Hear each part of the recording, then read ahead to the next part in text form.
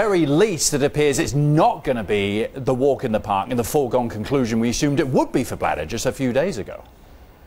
Well, Prince Ali's camp is showing a lot of confidence. Certainly, they were putting out the word that they believe that they had 95 votes in the bag. There's 209 voting nations, and you need 105 to get elected.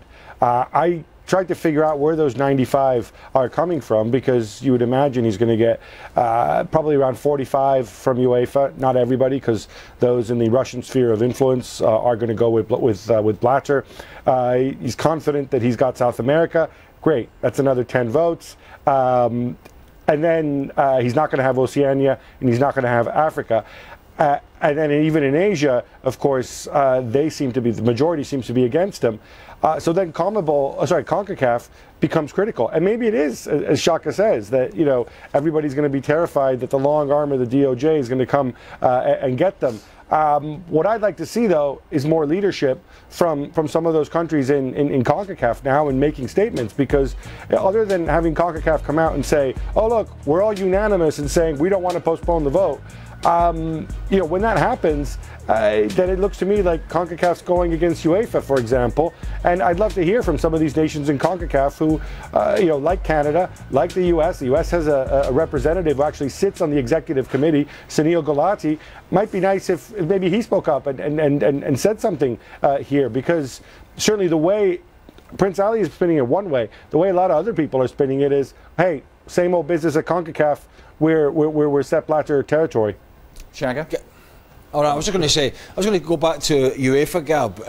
If Blatter is re-elected tomorrow, what is, if any, what's the strongest arm tactics that UEFA, if they want, to try and use to oust this guy, even if he is elected? Is that possible, Gab?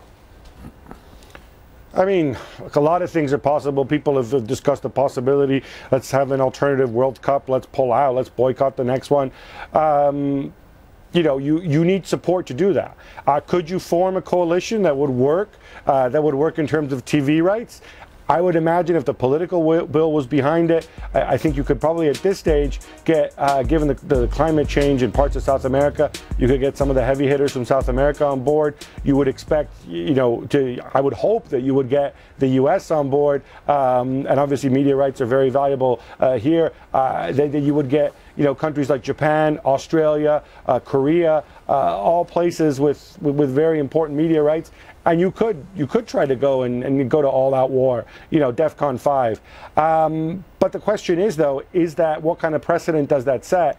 And are you going to have this problem later on that you have 209 member nations? If they can't police themselves, are we going to go and have this sort of strong arm situation where people are going to force a break?